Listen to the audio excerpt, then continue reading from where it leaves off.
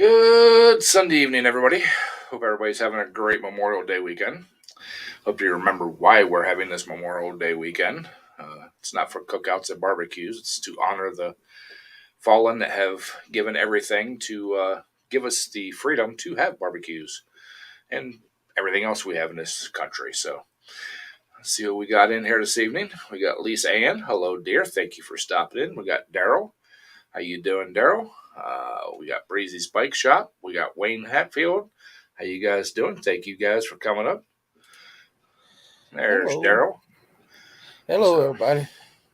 There's Ben. How you doing, Ben? Hi, Ken. So, I was on the fence whether to have a live stream tonight. I didn't know how many people would come in, having fun and everything, and enjoying time with their families and stuff. So, but I figured I'd give it a try. If only a few people show up, we'll cut her short and let everybody get back to their families. And if a bunch of people show up, we'll just hang out and have our normal live stream. So how you doing tonight, Daryl? I'm surviving. That's about all I can say about it. Well, better than the alternatives, man. Yeah.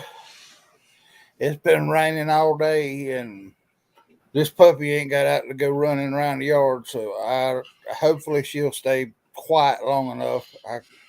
I had to cut short Cajun stream a little bit ago because she was all fired up, so into everything. So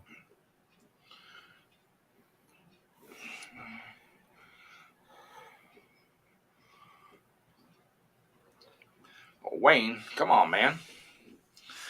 Grandson hit and run on his bicycle, had a flat tire. Now he's got to go to the hospital because he's got AFib. Oh no.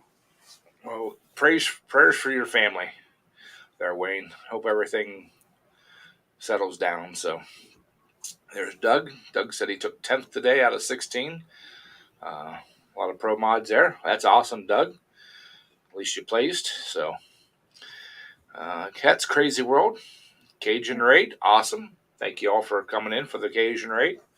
There's Rail. How you doing, Rail? We got Willie down here in the basement, so we're going to bring him up before the spiders get him. Hey, Willie, what's happening? All kinds of stuff. I thought that was going to be a little more busy today. For you for the stream. How's it going? It's doing great. So that Briggs you had on the other night was a propane carburetor. Yeah, that nipple that was on the bottom. Yeah. It's like 3/8 or 5/16 kind of outside diameter. Was a hole right to the center of the Venturi. It didn't even go all the way up into the upper half of the carburetor. Just a straight hole right into the center of the Venturi where it chokes down. Wow, I've never seen a propane carburetor like that on an old. I haven't seen anything like that. Even Zippo Varga that literally has a cabinet full of them. I asked him if he knew anything on it, and he didn't even know they existed. Hi, David Carlisle, Mater. And it looks like that weird fitting on the low speed might be an air bleed to adjust the fuel mixture. So I'm guessing if you bleed more air, it leans it out. Right. Yeah. We don't know for sure. Well, that makes sense. And it still has a float in it. Why?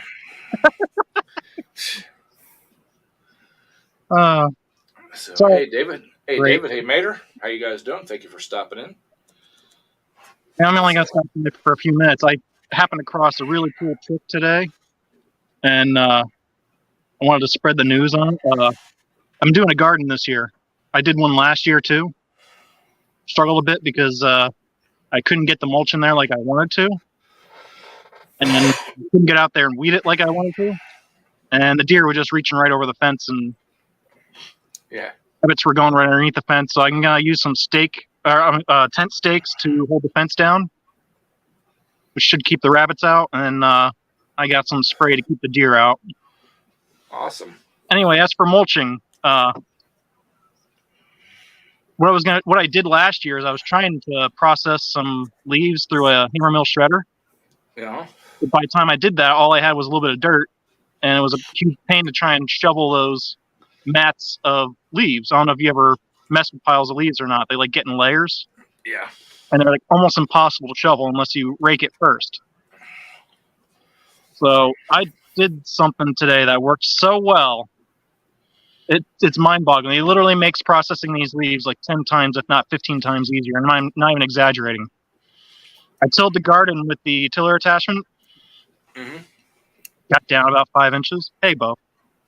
And then I put the tiller away, and then I came down here to look at the leaves because I wanted to put the mulch on top of it so the weeds would be down a little bit.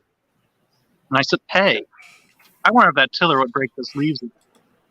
So I backed the tiller right over top of the pile, dropped the tiller right down and pulled out. And once you know it, these leaves are so dang soft that I can literally just hit it with a shovel.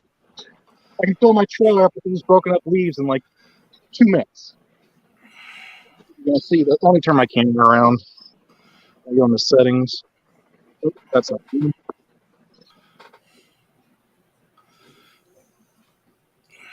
Run. Thank you for all the Cajun Coin Hunter Raiders. Appreciate that. Thank you all for stopping in. I really do. Yeah, thanks to my Raiders. Thank you.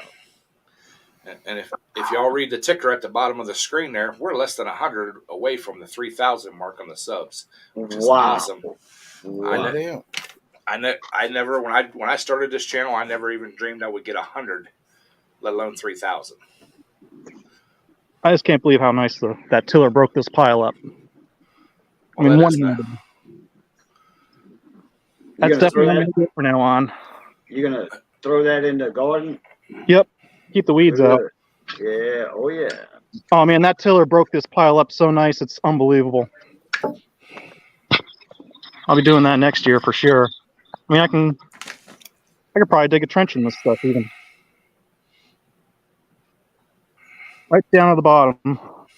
Mm-hmm. That's some good soil there. We call it leaf down here. Yeah. Oh, I had a track vac, so I pile them up down here. Oh, there you go. That's why, like, over here's leaves, and then that's the grass clippings. Yeah, like one of them leaf doctor or whatever. Oh, it's actually a track vac. Is it something- TRAC and then VAC. Is it something like a yard doctor that vacuums everything up? It's not a DR. No, a leaf doctor, not a DR trimmer or anything, but something like a leaf doctor or lawn doctor. I think so, Cajun. It's Pretty like sure. kind of like a big vacuum cleaner, basically. What it Yeah, a amounts big to. vac, and you got a little trailer on the back of your lawnmower, and you got a 5-horse Briggs engine on it or a Honda engine, and it sucks everything in the trailer. So I should have half the garden covered in mulch within a couple hours instead of like a couple days. Yeah, definitely. So that was an awesome trick. It literally just back up, drop the tiller on, and pull out. It was so easy. Broke the pile right up. I don't have those mats. Right. Real sweet. Oh yeah. But now I went and helped my brother today cut some firewood for Mom. We're just pulling it out. They did some timbering down at one of my cousin's houses. We're cutting the tops out and bringing them out. And he's done a whole bunch by himself. But I borrowed Mark's tractor, his Mahindra, today to help stack the logs up down They the make a bottom. few different sizes, everything from like 15 all the way up to like 70 horsepower I've seen. The Mahindras? Yeah. Yeah, his is a 25, so Good But, medium size. but I used that thing today to stack the logs up. I need one of those in my life. Hey, Yeah. son. Hi, sir. Hey, Sarah. That was so Yeah. nice. The just 2-speed or the high, low, and medium on his.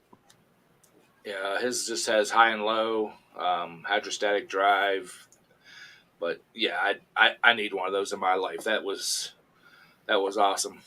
You know, I drove it. 25 horsepower. I drove it probably 2 miles from Mark's place up to where my cousin's at, and just putted right along the road about 10, 12 mile an hour. You know, no big deal. It was awesome. I loved it. Funny thing about hydros is once you get them warm, they're great, but when they're cold, it's like go, go, go, and then they fall on their face until the fluid gets warmed up. But once they're warmed up, they're great. especially in plowing. I don't plan on being out in the cold weather too much. So I had to service them for a short period of time. I was working at a small engine shop before they closed up. yeah, but yeah. After I get a bunch of other things taken care of in my life, I may be looking at purchasing one of those. I liked it. I needed it. Now that didn't sound right when you said you was working at a small engine shop before they closed up. Now, I would have worded that a different way. Yeah. It's a joke. Yeah, and then I worked at a gas station and they closed it, but that's because they were old pumps, with the Veeder-Root 110 meters on them, the clock meters on them. That was, man.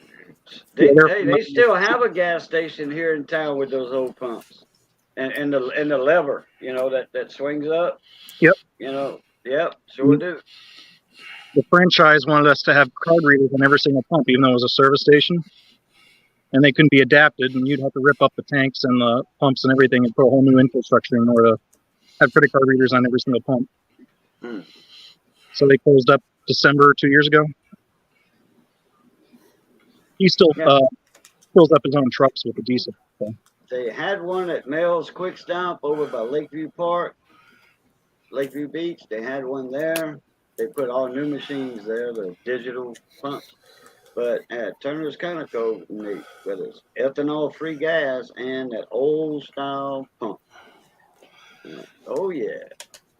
I'll say I see some of those old pumps at marinas yet. Yeah. Yeah.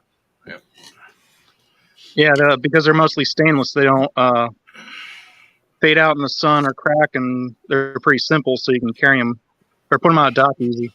We actually have one here that has one of the same pumps.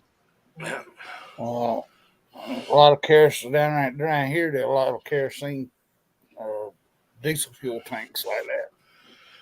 Still, it's more or less the ones that above ground tanks. Right. Yeah, with a little hand pump on it. Like that. Yeah. Funny thing is before you had the auto reset, they had a manual reset of pumps before those from the 60s. So that's how old the gas station was. I like the ones where you had the handle where you pumped it up into the top. The visible. Oh, yeah. The one with the glass on top. Oh, man, I don't know how much they're selling for nowadays. A lot. A lot. Yeah, then you gravity feed it into your car. Yep. Gave you a chance to make sure what product before you put it in your tank, or see what the product will look like before you put it in your tank. Yeah, that was before they did all the calibrating and stuff like that. And I know them guys used to go out and clean them numbers off, and move that gallon mark down just a little bit on each one. So you're getting 3/4 of a gallon instead of a gallon. You want to hear something funny? Is I was talking to a guy that tested our old pumps where I was working for accuracy, and he even said, like, the slower you pump, the more it pumps out, the less accurate it was. So if you pumped it really slow, you'd probably get an extra 50 cents by the time you filled your tank up. They used to have those old style pumps where Daddy would always, when he turned the pump off, he'd raise the hose up, to get that extra little bit. Yeah. Well, where I used to go and juice up my motorcycle, it would do that. And when you turn the pump back on after you emptied the hose like that, it would go to 8 cents. The next customer, the pump would automatically go to 8 cents. So you took out 8 cents of gas. That's when gas was 50-something cents a gallon, 60 cents a gallon. And it was 8 cents worth of gas that hose was holding. Wow. Well, my grandfather, he had a little country store that he pumped the gas in everybody's car, and he'd go out there and he would do everybody that way. I mean, he wouldn't try to jip anybody out of anything. I mean, he sold pecans and all that because he had a bunch of pecan trees and stuff. and he'd always throw in an extra pound because he'd always said that there would be a few bad ones in the bunch. So I mean, if you bought 5 pounds, he'd make it 6. So Yeah. I mean, or whatever else. So Now, but after I was that's working at that one service station, pumping gas was super easy. I could fill up a can with super while I was pumping up a car with regular, and then total both of them up on the credit card machine, put in both amounts, and have the same slip for both of them. So I went out to after that station closed up, I had to go elsewhere for gas. So I tried to do the same thing. You want to know what I had to do to put super into a can, regular into a car, and pay with cash? Mhm. You had to go inside, give them their cash, go outside, pump your super. And you'd think you'd press 87 and go pump regular, but no, it shuts off. You got to go back inside, reset the pump, go back outside, pump your regular, go back inside for your change, go back out to your car to leave. It's like, holy cow. I remember seeing a news story on about it. I don't know where it was at, but a gas station had closed down, and these guys are going in and popping the lids off the tanks and pumping the fuel out of the tanks. Well, they got so brazen about it that they cut a hole in the bottom of a van, like a cargo van, and had 55-gallon drums, Oh, yeah. and was pumping that shit in. Right word. Yeah, they were using a regular, it was a fuel pump, but they were using a car battery with a alligator clip. good And spark, Uh-oh. good sparkability there. when they shut the pump off, it arced. They don't know how many times they'd done it because people said they'd seen that van parked there numerous times. Yeah, they blew themselves to kingdom come. Dang. The fumes, yeah. Yep, inside that van. With at least the pipe they were using to go down in there because, you know, them in-ground tanks, we used to, we had in-ground tanks and we'd have a long piece of pipe on that pump to do our water, you know, pump out a little bit of water that was in the bottom of our tanks at the Exxon station. Mm-hmm. And that was that pump, and that was, I think, a 18 to 20 foot, 12 foot to 18 foot piece of pipe. Yeah, I was going to say, they probably pumped a lot of water out of the tank before they got gas. If they went to the bottom, yeah, but, you know, if they were smart, they just went the top foot or two. Yeah, they must have been screwing some pipes together to do that. You know, 8 foot deep. Wow. They probably use something like a real pipe on a reel to go down in them tanks with. Yeah, I don't know what they. Oh, hose, yeah. Roll. Oh, okay. I don't know what they were using to do it, but they just said that they found out later that that's what happened. They were using just a transfer pump, and it arced when they took it off the battery, and kaboom! Hey, sir. I had half of my fuel got stolen out that way, out of my truck. Somebody pulled up and parked beside me and run his tank. I reckon run line for one on his to mine. And put a lock on, they're just going to bust your tank. Yeah, well, I drove a semi truck, so I you know, if I heard anybody pull up beside of me, in a truck stop, and you wouldn't even think of, you know, whatever. So I mean, they pumped that one tank probably dry because when I woke up, I had a half tank on both sides. So, but yeah, when I was still working in a diesel garage there, we had one of our trucks go down into the transfer station where they load the trucks with garbage and stuff. He ran over a 55-gallon drum and ripped the crossover line out of the primary tank. So he lost all the fuel out of his primary tank. Luckily he got the valve shut off on the secondary tank, but I had to get fuel from the secondary tank over to the primary tank. That I basically just disconnected the pickup tube and ran it over and ran it down in his fuel fill cap just to get him down the road. And we stuffed it full of rags and black tape and stuff to get him back to the shop, because I had to pull that tank off, clean it all up, get it cut out, and weld a new bung in it, which was fun. Had the kid that worked with me literally almost pissing himself. You're gonna blow us up. We're gonna blow us up. I'm like, how am I gonna blow us up? You're welding on a fuel tank. I'm like, yeah, it's diesel fuel, dude. It ain't gonna go boom.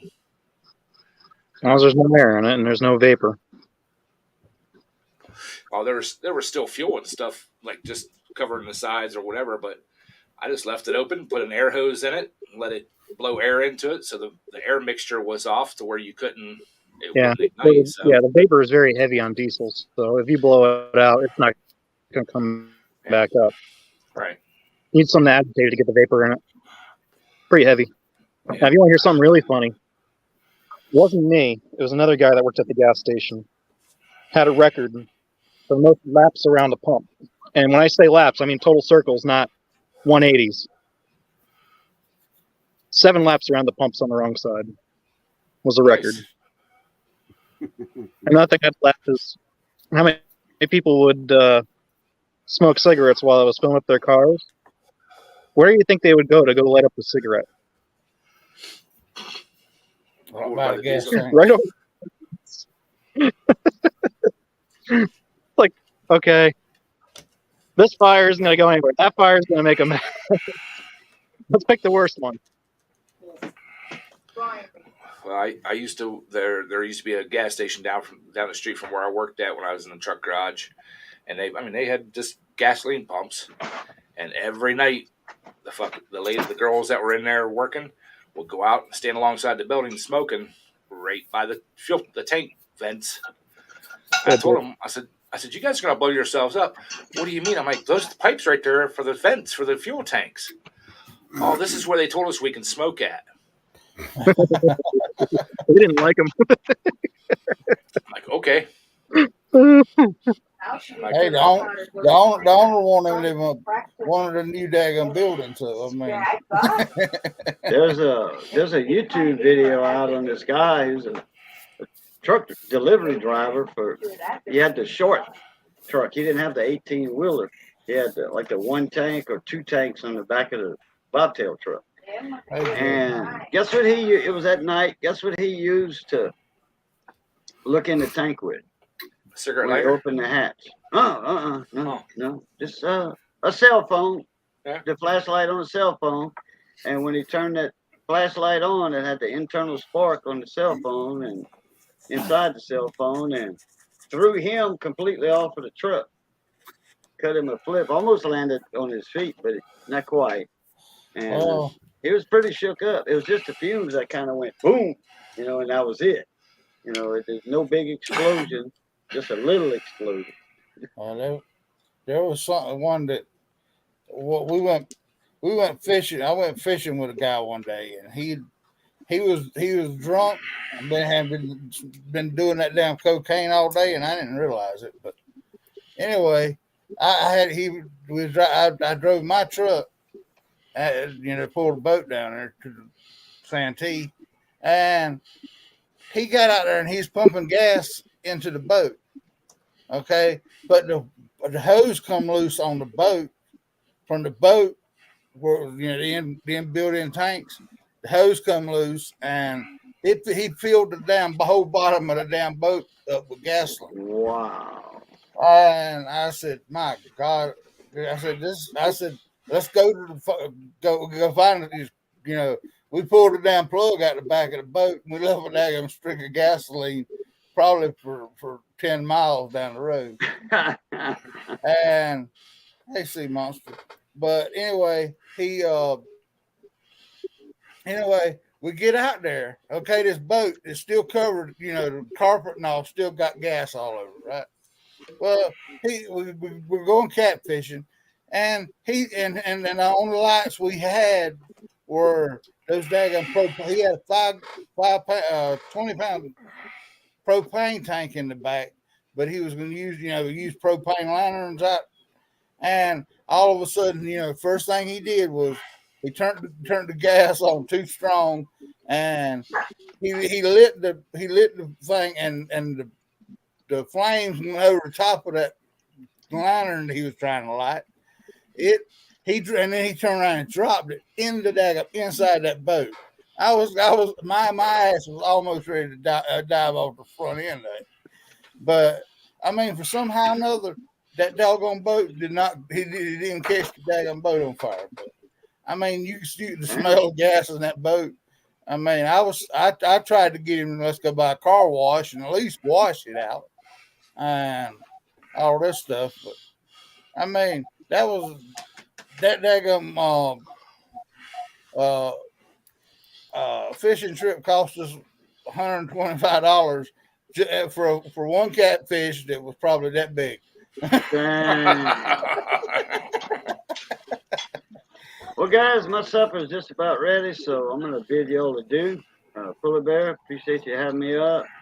Everybody, good to see everybody. And look, the weekend's not over. Tomorrow's still the weekend, so y'all be safe for this holiday weekend, okay?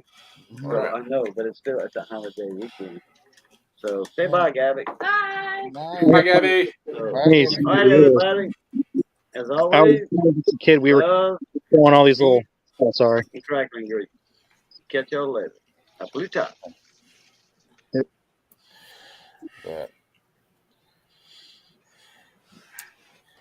So, how you doing, sir? We had these Not bad, you. earthworms, and we were casting them out and catching them when I was just bluegill. I put it out there one time. I was like, nothing's biting. What's going on? Still sitting there, and nothing bit. So I pulled out, and literally, I don't even know how the fish managed to get the hook, but there's such a small fish, you couldn't even move the bobber. Well, that's the way that catfish was. I mean, the weight that we had in the catfish, fishing the river, the Santee River down there, and the weight, you couldn't even tell there was anything on it. I reeled it in, and he was actually just stuck on the little piece of bait. He just still trying to eat the bait. He ain't eat the hook. He just tried. I mean, I said that's one expensive damn fish. I mean, yeah, definitely. Yeah, I got to notice. Here. All right, Willie. Thank you for stopping up, man. All right, later, Willie. Yep. But no, I just got the notice in the mail yesterday that it's time for me to renew my fishing license from last year. So I don't know if I'll be doing that or not. I might be, might not be. Usually, the only fishing I usually do is at my mom's, if I do any. So last year I used it like once or twice. Went out with Mark and Sandy there and their kids and that on a pontoon boat they rented. So wow. I bought mine last year, and I didn't even wet a hook. So now my mom's got that. It's about a 4 acre something like that lake, something like 4 or 5 acres, something like that. Overwhelmed with bluegill, but they did just put some crappie and some bass in there. Hopefully, they'll eat a lot of them little bluegill. Yeah. Hey, Andrew, how you doing? Hey, Andrew. Andy. Andrew. So, but yeah, we got a sneaky guy here, so we can bring him up here. There he is. Hey, Jeff, what's happening, brother? Jeff. Hey, Ed. How you doing, Jeff? Good to see you, brother. How you feeling? Oh, I'm doing good today. That's awesome. That's awesome. I just Nice to got see done you loading today, the Jack. tractor to go to the parade. Good. Just the local parades there? Yeah, it's a couple of towns away. Yeah. Hey, Roadrunner, how you doing? Hey, Thank you for Roadrunner. stopping Hey, in. man. So, Yeah. but, This is one yeah. of them parades where everybody's out in the front lawns with their chairs, their flags, they're waving. And when you get That's to the awesome. center of town, you make a turn, Then you make another turn. You go past this big park where they have like big Memorial Day service for like the old Oh shoot! stuff. Oh, They're out there with their things on. hey, backwoods boy. Hey, Beckwoods, how you doing? That sounds like an awesome time, Yeah. Jeff. I used to Oh, do it the is. parades. I Well, used to do the I used to do the parades when I was on the fire department, and I just kind of got burnt out on them. So especially since he was Well, in the I mean, last week. He was in the the only hospital. thing that's a So bummer now is they're not allowed to, they used to hit the sirens, blow the horns, and all that stuff. That's a right. no now. It's like it takes the fun right out of it. yeah. Well, I'll tell you why that is because it happened here. They had a whole bunch. It's actually a fireman's parade, and the local fire department that was basically putting it on. It was their jurisdiction. All their trucks were in service, and they got a major call. They couldn't get out of line because everybody's running their sirens. They're trying to go around people, trying to turn off on side streets, and it took them like almost 3 times their response time to get out of the parade route. So that's one of the big deals why they don't allow them to do the sirens and stuff no more, in case there is an Yeah. emergency that somebody has to get out of the procession. They can, let them know and get them going. So You're not working, but- Thomas. I hope you're not working right now. Oh no, Andrew. Who's Andrew? But so yeah, I've been I working on landed this me a shit. little project tractor. So you got yourself a little project tractor? Yeah, my brother's kid. She had this little, the Toro wheel horse, Mhm. and he couldn't get it running. Supposedly, according to him, the float's stuck. But when I got up there, the carburetor's laying on the table. The bolts and shit are missing. It's like, oh boy, here we go with this. We've got a John Deere up there to stop running, but by the sound of it, it sounds like the John Deere kind of took the internal parts and put them outernal. Yeah. I didn't look at it because it was all buried under shit. Hey, Thomas. There's Thomas Andrew. And now he's fussing about your ads. Well, I got this thing here. Bocce quit coming around with us, so I guess Thomas is going to be the one that fusses about the ads now. This Bocce's one here, still. I pulled the dipstick and I You say you Where's pulled the Bocce? dipstick? What? She's I probably pulled here. the dipstick. She's and just it's like, hiding. you can smell with gas. I was like, oh boy. Ooh. So I took the drain out, and them little like the 3-pound coffee cans. They're like this high. Mm, I filled the entire thing with nothing but gas. damn. Yeah, we have a nature preserve that's associated with the university. They have their own maintenance. They have their own maintenance guy that takes care of the trails and buildings and all that kind of stuff. He called me. I think it's Tuesday. Their push mower quit running, and he pulled the head and stuff off because he checked the carb. I mean, he's a smart mechanic. I mean, he knows this. He knows some stuff. He's like, it's getting fuel and everything. He said, but it's pushing back through the carburetor. I said, huh? He said, well, I'm gonna pull the head off and I'll get back with you. I said, okay. So he pulled the head off, calls me back and goes, hey man, he said, there's a little ring around the valve that's just kind of bouncing around. I'm like, that's the valve seat, dude. It's like, huh? That's not supposed to do that, is it? I'm like, no. I said, I'll be down in about an hour. He's like, okay. So I went down, looked at it, and just a little push motor, but it's a snapper or a Toro push mower. It's got a Briggs motor on it. I looked at it and I said, we can take it back up the shop. I said, I can get that set back down in there and do it. I said, if you got a center punch, I said, just turn it over until that valve's all the way up, get that seat back down in that hole, and then turn it over and let that valve pull that seat back in. Tap it a couple times with a hammer, and then take you a center punch around the outside edge of that in the aluminum and paint it in. He's like, no problem. He goes, I can do that. He goes, we don't have to take it up to your shop. So he stopped by the shop probably 3 hours later. He's like, thing runs like a top now, dude. He said, I did what you told me to. He said, I even did the other valve or the other seat just to make sure. He said, it runs like a top. I'm like, cool. He goes, it's good for another year. I'm like, awesome. But it was real unusual though. It was the intake valve. Usually it's the exhaust valves on those that pop out because of the getting overheated and stuff. But I guess either one can do it. Hey, Mudster. Little Mudster. Well, I was looking Hey, at it, Lester. and I said, well, this is obviously an older tractor because it's got the old Briggs IC in it. Mm-hmm.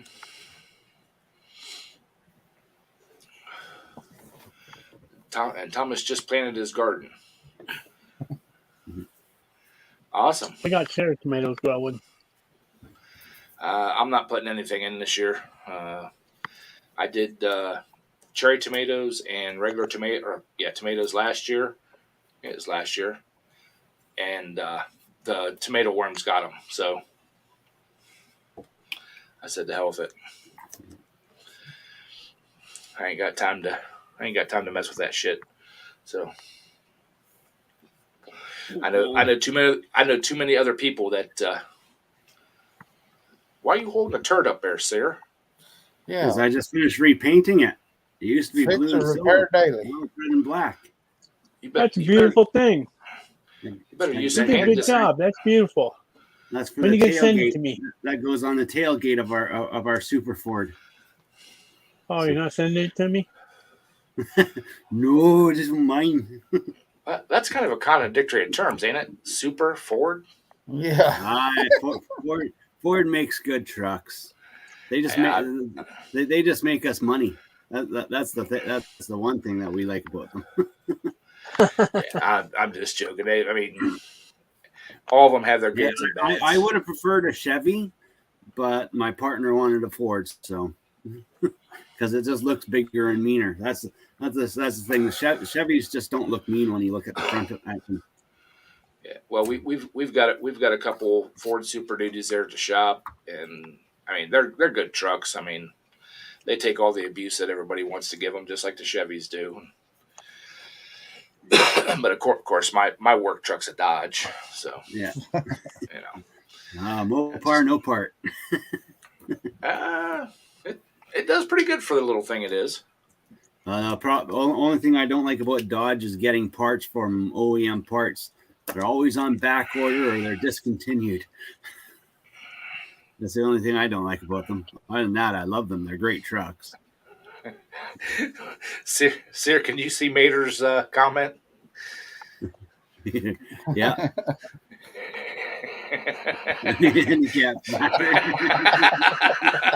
Oh, Yeah, what would you expect? whoa, What would you Mater. expect from somebody from Oh, Texas? Mater.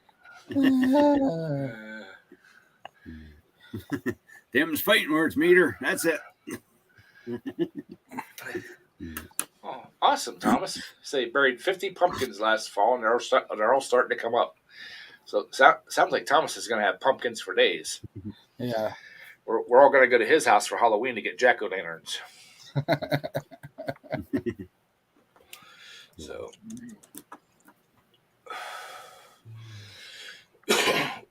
I'm actually thinking about doing a giveaway for the 3,000 mark. And Cool. I mean, is that anybody interested? Nah. Eh. Keep it for yourself. Well, Give it away. I actually was looking at thinking about giving away one of those Hercules quarter-inch impact drivers like I got. I'm impressed with it. So, I don't know didn't know if anybody'd be interested in something like that. But I think I just saw Mater's eyes perk up. I don't know if he's into the Hercules or not. He probably wants to. He'll want it to put it up against his cold bolt, Yeah. or make or put an adapter on it. Crystal needs his help in the kitchen. Uh-oh. But no, I mean I've been playing with the one I bought, and I mean it's doing fairly decent. I mean it's just as strong, if not stronger, than my DeWalt one I got at work. So they're both brushless, and No, all the reviews that I've seen seen about them seem to be pretty good. So. I watched like three different channels that did the torque tests on them, and each one rated them with as much almost as much torque as the Milwaukee's. Yeah.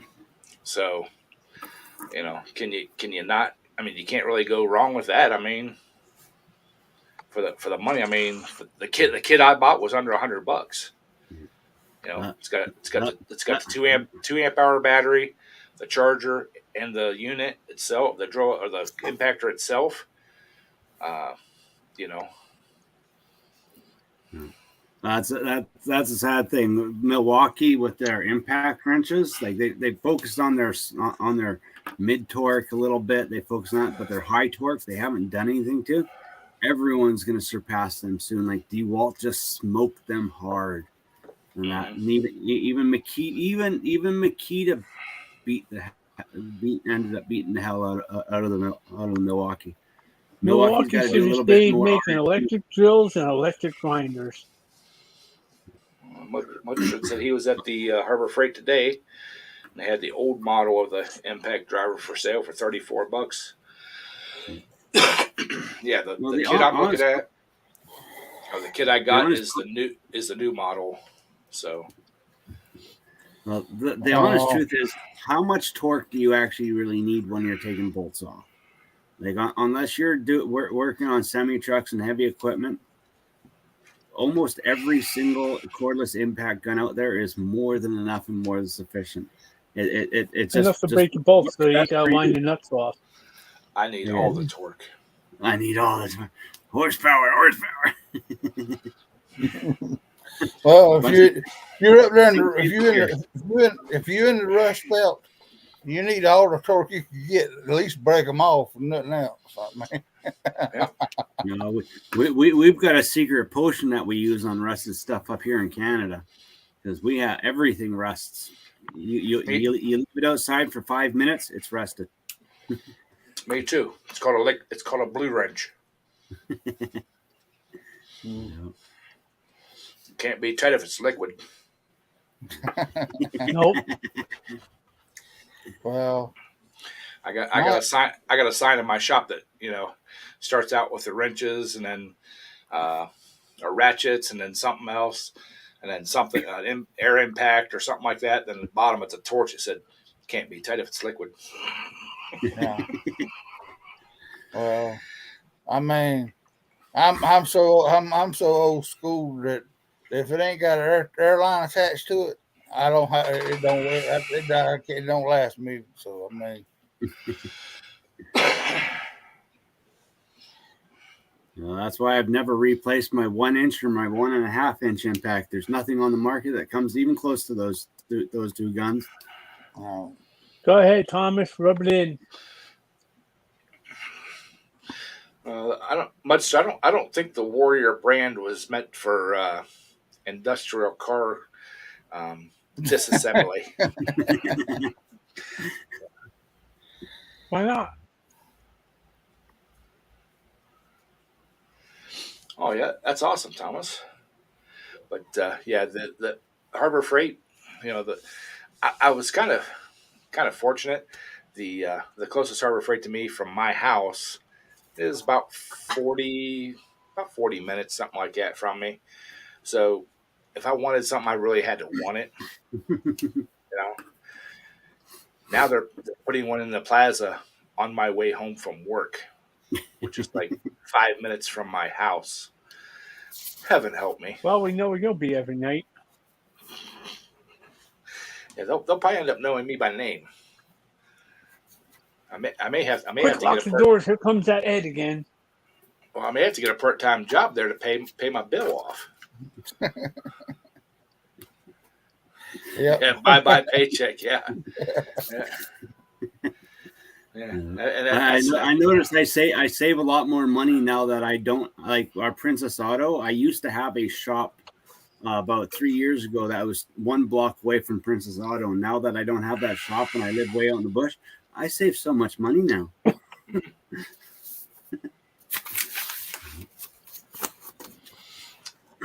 Go out for go out to grab a hamburger from the lunch wagon and come back with a whole bunch of nuts, bolts, lawnmower engines, hydraulic fittings, a couple tools, and forget about the burger. yeah. Yeah, much I heard that about their Sawzall blades and their cutoff wheels and stuff. I've heard they're pretty decent.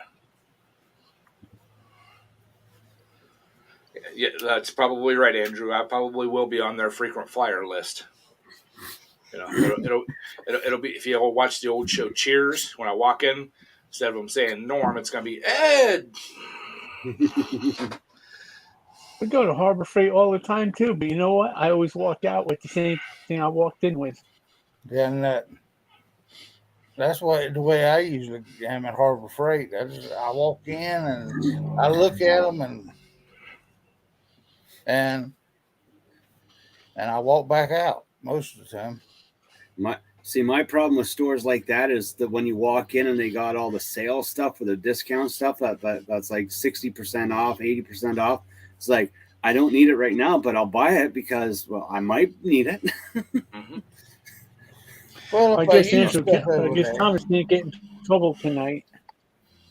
Well, I think I'll have like multiple sets of those little picks and those little magnet lights and microfiber towels and all that kind of stuff. That stuff they give away. Well, that's what you can do, Ed. That'll give you your giveaway stuff for the 3,000 sub thing. I mean, Andrew, it's just about like anything else. You got to watch what you buy. Do your research on the stuff. You know, it's like I said, it's just like anything else. The prices are what I like, and I'll probably have more of their hand tools now, especially at work, for just because they're going to be right there in town. And if I break something and I need it replaced, I can go right there and get it done. Unlike the tool trucks that won't even stop at my place no more. Yeah. That's because you don't buy none. Well, them dang tool trucks, you got to pay 400 times what the heck it's worth anyway. So, well, and like I told the one driver, I said, I'm an old guy. I've been buying tools for years. How much do you expect me to buy? Your tools are too good. They don't wear out and they don't break. So I don't need to buy more tools, but I do have some that I do need replaced. So you still need to stop. But he used cost. Some of the guys get all twisted up, but if they can't stop there, then you was gonna cost him money by having replaced them tools. So that's why he stopped coming by it. Yep. Well, that's exactly it. I'm not one to buy the brand newest gadgety tool, that will reach around corners and wipe your butt for you while you're picking your nose. Well, that's the thing about it. I'm not going to buy a $12,000 toolbox. Right. And another thing about it is yes, the tool trucks have specialty tools that you can't get anywhere else for years. But nowadays they don't have the market corner like they used to with the specialty tools. Right. I mean, you can go to the daggone parts house and rent the doggone thing if you need it instead of or borrow it. Well, if you really look into it, a lot of those specialty tools like ball joint tools and all that kind of stuff, they're not even made by the Snap-on. They're just Yeah. rebranded with the Yeah. with the Snap-on and all them guys' names on them. So why am I going to pay 4 times what it's worth when I can buy the manufacturer of that tool's brand? Yeah. No. And I've got this rule. If I own the tool, just because there's a new one, I don't go out buy it. I've had this dang thing forever, and it refuses to die. And because it will not die is the reason why I don't own one of the Milwaukee ones. But Oh, I don't actually need a had Milwaukee one. I've got this one. It works, so I don't need to replace it. I've actually got one of those at work, that same brand, same Yeah. style, but I've dropped it so many times. The handle was like loose. Yeah. And there must be a bad connection in there because I had to put a block of wood and some zip ties on it to get it to work, and Yeah. it just become a big pain in the butt. So my ex-boss, before he retired, he said, "Are there any tools you'd really like to have?" I said, "Well, I'd like to have that Milwaukee half-inch impact." He's like, "Okay." He looked into it, and he found the impact, the hacksaw, and the grease gun in a package deal, and bought them all and brought them down to the shop. Said, "Here, this is a little going away present for you." Nice. I'm Cool. like, "Awesome." Yeah. Well, He said, Milwaukee's got a package like that going right now. They got the high torque, the mid torque, and the grease gun. For like I think US dollars, it was like 600 some odd bucks. Mhm. That's a hell of a deal. Like you can't say no to that. oh.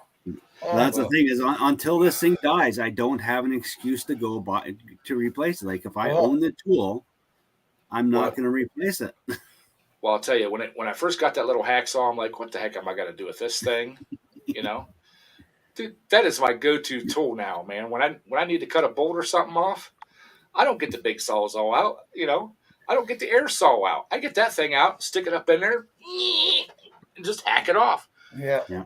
Well, does anybody want to rent a puppy for about 2-3 months so we can get rid of these till they get rid of this puppy teeth, because it's been pouring down rain all day and she can't get out. I can't take her out and play with her in the yard, so I ain't got no way of getting the energy out of her.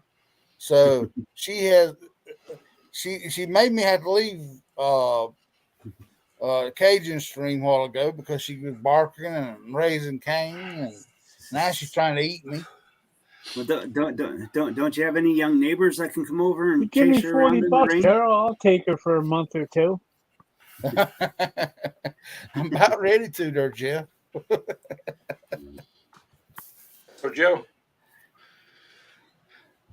but yeah, now I'm actually thinking about getting a similar tool for myself here at home, that little hacksaw thing. So,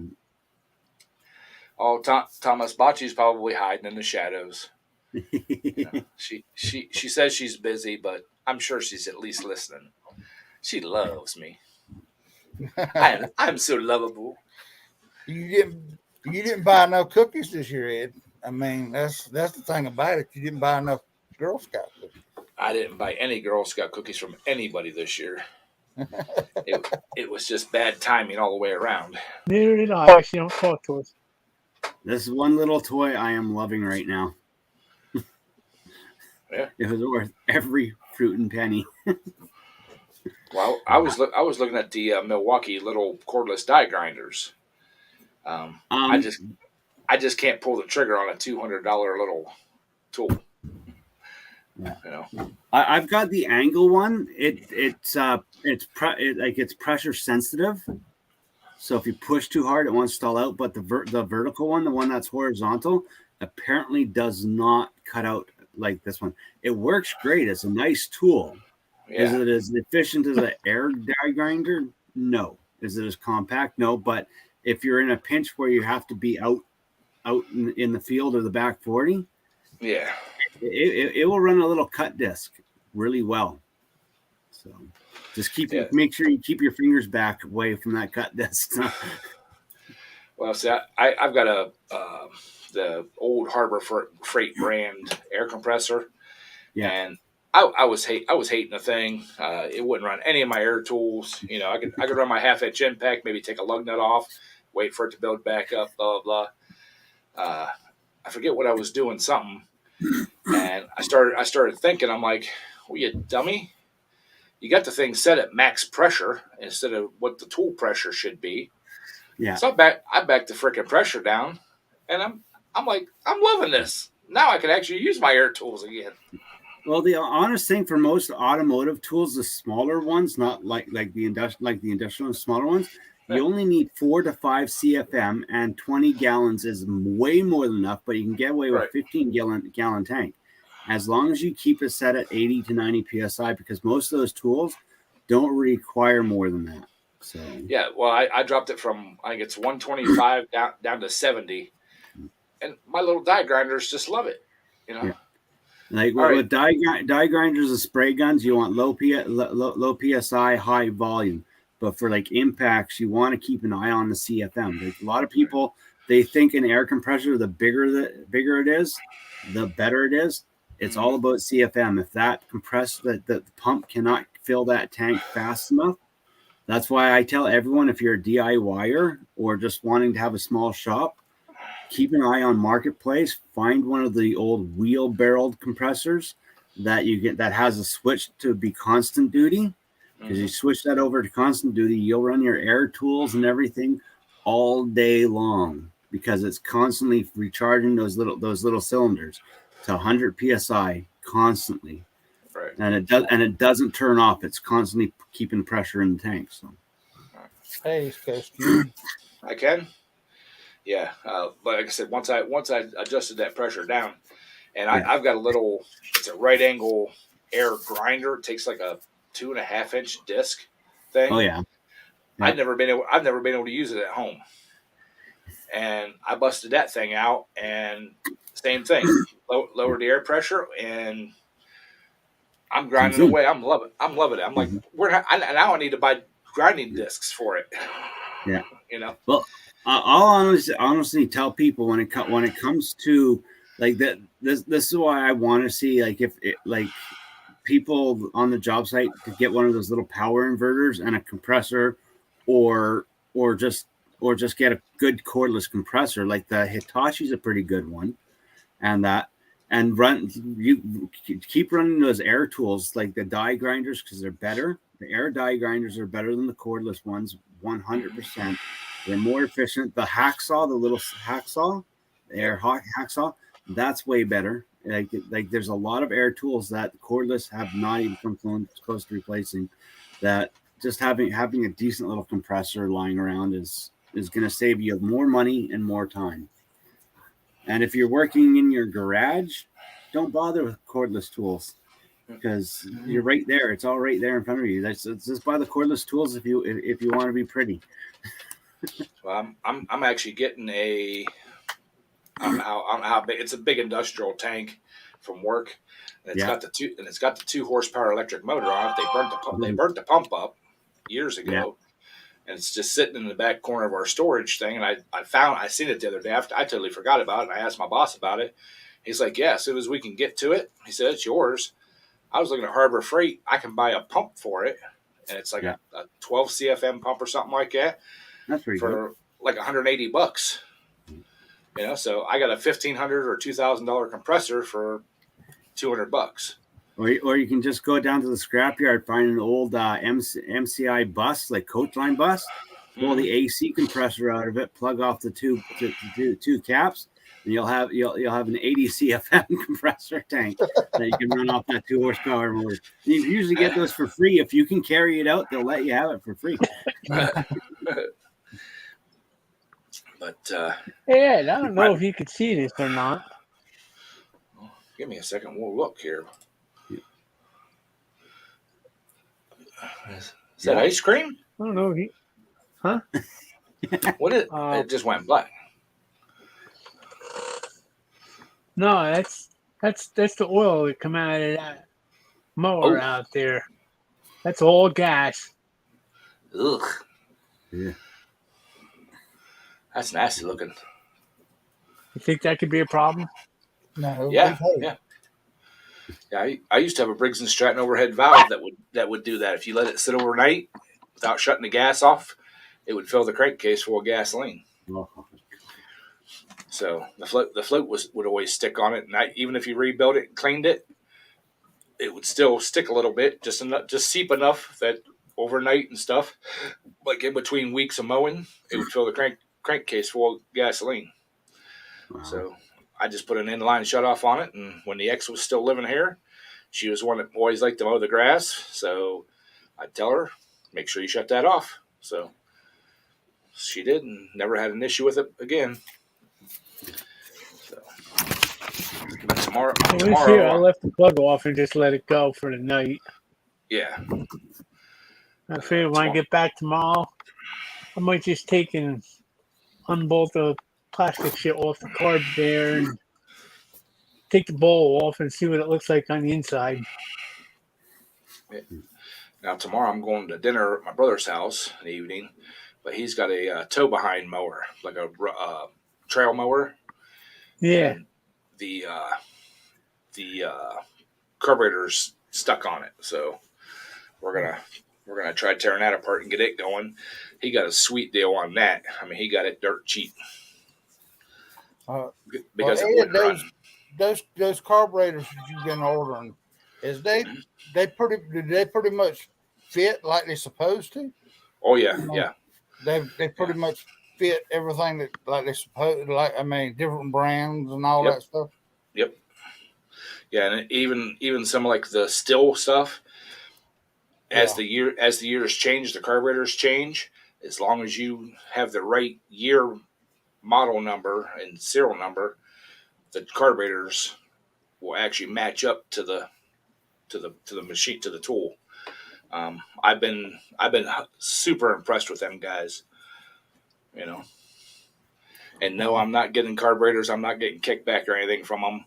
I just, I pay full price for the stuff, and I just anybody that I'm impressed with, Well, I got an old Sears weed eater. The old lady, she loves that thing to death, and it'll crank up, but it just won't pick up throttle. So it's in the carburetor, and I was just wondering about that because, I bought a new one, a Cub Cadet one, but she said that one just don't fit her hands like that Sears one did. So yeah. Before you buy the carburetor, though, check the exhaust on it and make sure the exhaust hasn't carboned up on it. okay. A lot of times, if it'll start and run and idle, but then won't take any throttle or won't get any RPM, a lot of times it's either the exhaust port's carboned up or the muffler itself is carboned up. Okay. And if the muffler itself is all carboned up, easiest way to do is take a propane torch and stick in there and heat that sucker red hot, and it'll burn all that carbon out of there.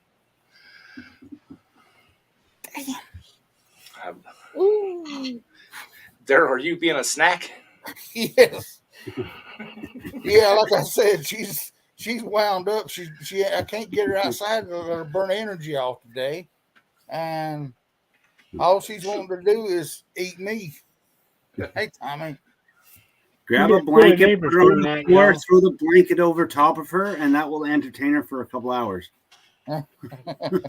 Well, I'm got her doing this. I mean, I'm trying to get these daggone puppy teeth out to come out. So she just so. Yeah, Lisa Ann said you need to get that puppy a oversized rawhide chew. Well, Lisa Ann, the problem is we got about 10 of them laying down here, and she'd rather chew on me. You must be sweeter, Daryl. Yeah, I guess I'm fixing to get the Orajel out, I reckon, and give her a taste in her mouth to make her. If she's having teething problems, I'm gonna rub her gums down with that doggone Orajel. Little hot sauce for flavor. Yeah.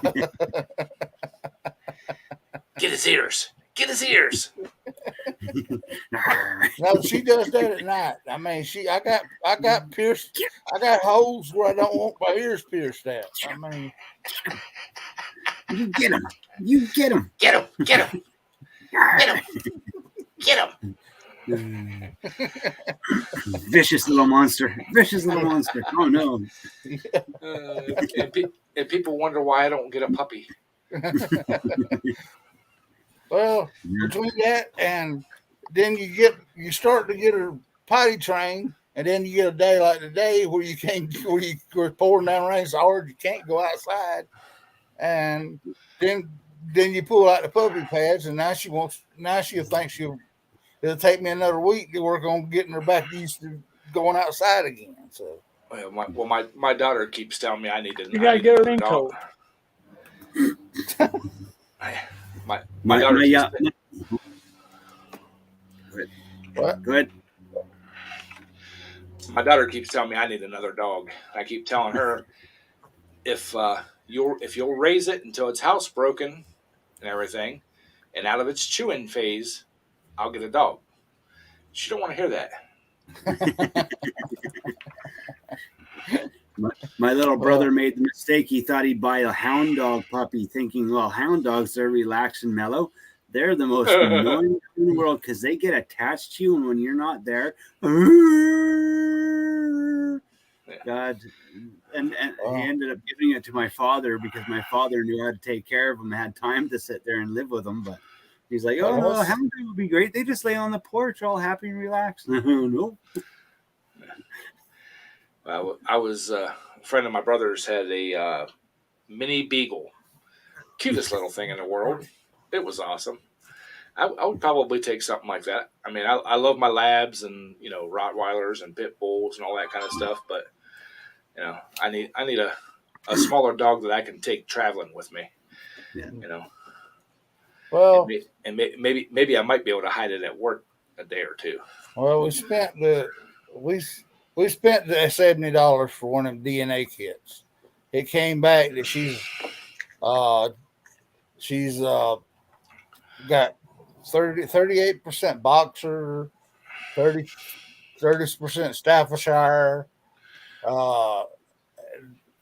and 90% Tasmanian devil, and then she got like 10% pit. So she's a mixture of all. I mean, she's got 30-something breeds in her, but I mean, she is a daggone little terror. I mean, when I got to the Staffordshire and it had terrier on the end of it, I knew it was in trouble because it had terror on the end of it. So, well, one of the best learning dogs and obedient dogs I had, besides my chocolate lab, she was great.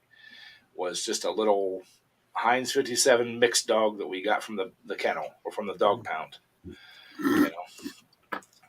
My ex-wife went to just look with one of her friends, and literally this dog, when she brought it home, you could hold it in your hand. Well, y'all remember the first night I had her? She would fit in the crook of my arm right here, and now I can't. Now her front half don't fit in my crook of my arm.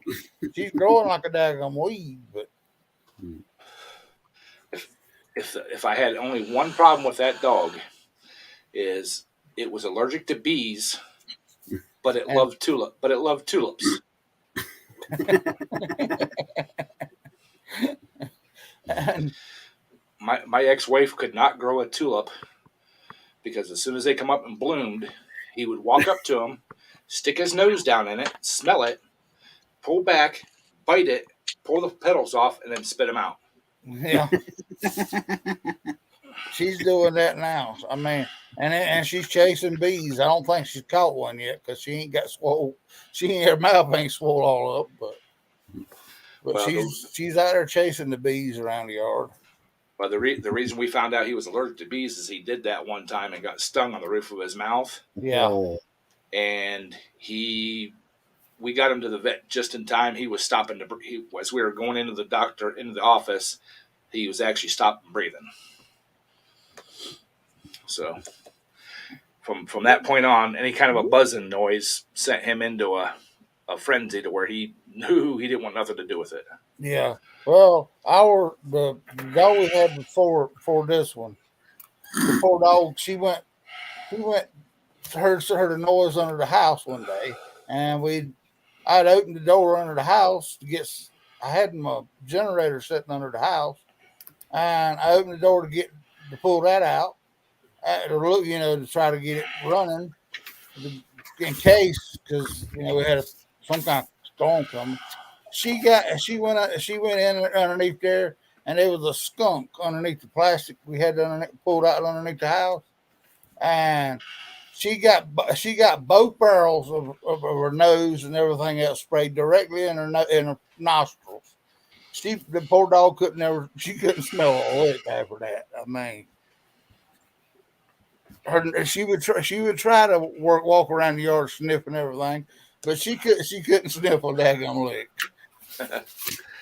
Yeah. She became okay. All right. It's awesome hanging out with you guys. Thanks, I sir. gotta pop off for See you later, there, sir. And happy Memorial Days, and thank you to everyone that served. Yes, Yeah. definitely. Awesome. So, Yes. There you go, huh? Yeah. Jeff, Sammy you picked got- up a new trade. She's an exterminator now. spiders? She She getting spiders or? no, she's going for the baby gophers, and she's getting them. Oh, awesome. Yeah. Good deal. Yeah, that's what Alice used to be to y'all before this one. She used to be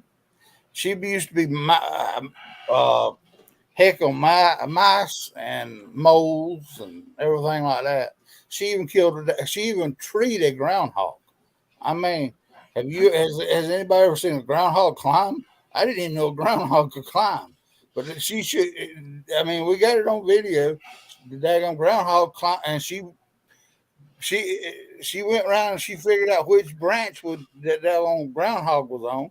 It was just a little scrubby tree. So, I mean, she shook that thing till the groundhog fell out and she killed it. So, I mean, Yeah, I knew groundhogs could climb. And the only reason I knew is because where I used to live at, going along the road, going to work, or actually on my way home from work, almost every day there was a groundhog sitting on an old wooden fence post.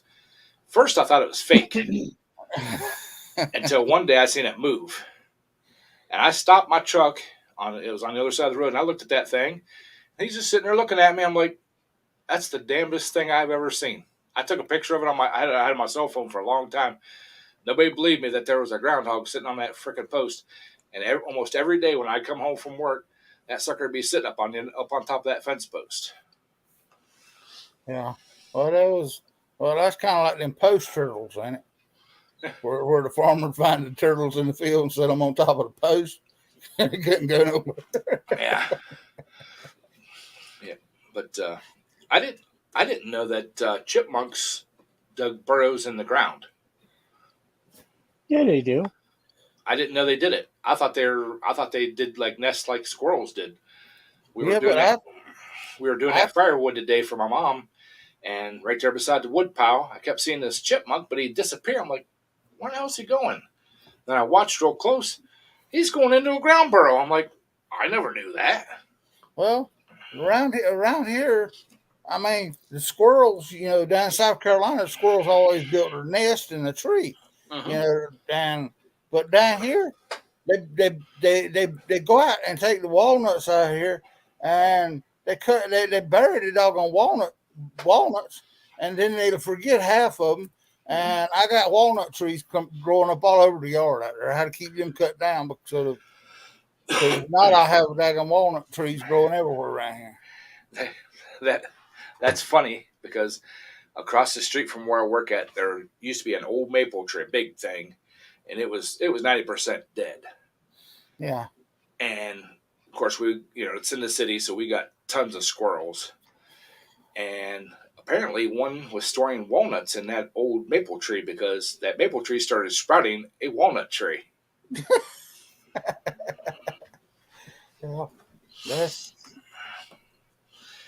But now the squirrels are living in the abandoned house across the street, so I can hear them running back and forth in the eaves. But Jeff, are you feeling a lot better now? I mean, I heard you was out working and all that stuff, but Yep. you must be feeling a lot better than you was last week. Yeah, last week was not good. No. I just don't overdo it. I just hang out most of the morning. I go out for about 2 hours in the afternoon. Then when the sun gets to that side of the garage, I just say, okay, that's it. Well, that's the way you're supposed to be when you're retired, Jeff. Retired or retarded? Both. Either one. Tired. Oh, I mean, her her crate is supposed to be in Tuesday or Wednesday. I mean, it can't get here fast enough. Yeah. Because days like today, my arm can't take it much longer. I mean, look at all the marks she's left on my damn arm. Well, I serviced my mom's mower yesterday. I actually took it up to where I work at, put it up on the big lift to get the blades and stuff off it easier. And I ended up ordering her a new set of blades. There's not big chunks or anything out of them, just the wings about ready to come off of them. So I went on the old Jungle website there and ordered a new set of blades for it. And, she had been saying that, they need sharpened. They need sharpened. I'm like, yeah, we'll get them sharpened. And yeah, I sharpened them and put them back on, but the new ones should be here like Wednesday. So if I can figure out how to get them blades off of that one down there, I mean, my air ratchet wouldn't even take them things off. The 1/2-inch impact wouldn't take them off. I think her dad put friggin' Loctite on them when he put the damn things on years ago, and are you I sure? mean, they couldn't so uneven now that it ain't even funny out there now. So. Is it on? What's it on? It's on a Craftsman long Okay. travel. Yeah. Well, I had a guy that used to not work with me, but work at the university, and he had a Woods tow behind mower, and Yeah. he tried breaker bars and all this kind of stuff and blah blah blah, and I'm like, are you sure they're not left-handed thread? He kind of looked at me and goes, well, how do you tell? I said, well, whatever way if the blade's facing this direction, they're right-handed. If the blade's facing this direction, they're left-handed. So he drew a little picture, went home, come back the next day. He's like, yeah, they're left-handed. Well, I've tried to get them to move forward. I've tried to get them to move backward. These daggum things will not move. And the only way I know how to do it is cut them off and get new spindles put on it. And I don't want to spend $150 on new damn spindle for that doggone lawnmower. Harold says he wants to train his cat to chase the squirrels, but his daughter won't let the cat out the house. Just let the cat out of the house after she goes to sleep, Harold. Uh-oh. Y'all. All right, Ben. I appreciate you hanging out with us See you this later, long, Ben. man. You have a Good night, great Ben. evening. So, but, yeah, that's the one yeah. other thing I got to do with this stupid Toro. I got to find the cover for where the chute is. There's no cover there. And them kids up there are like wild little animals. They're all like 3, 4, 2, 5. And it's like they wouldn't think nothing about jumping on this thing while it's cutting. Yeah. Yeah, well, I got the new blades for my mower because last spring, whenever I got it and sharpened the blades, they were pretty well wore out then. I used it all last summer, and I've mowed with it like 3 or 4 times now. But Cub Cadet, or MTD, I guess, in their infinite wisdom, there's multiple decks can go on this tractor. So when you get the owner's manual for the tractor, it doesn't list a mower deck. You have to actually go find the mower deck manual to find the blades. So I had to track down the mower deck manual and find out what the part number and stuff was for the blades, so I could actually buy the aftermarket blades, because I sure as hell wasn't buying the Cub Cadet ones.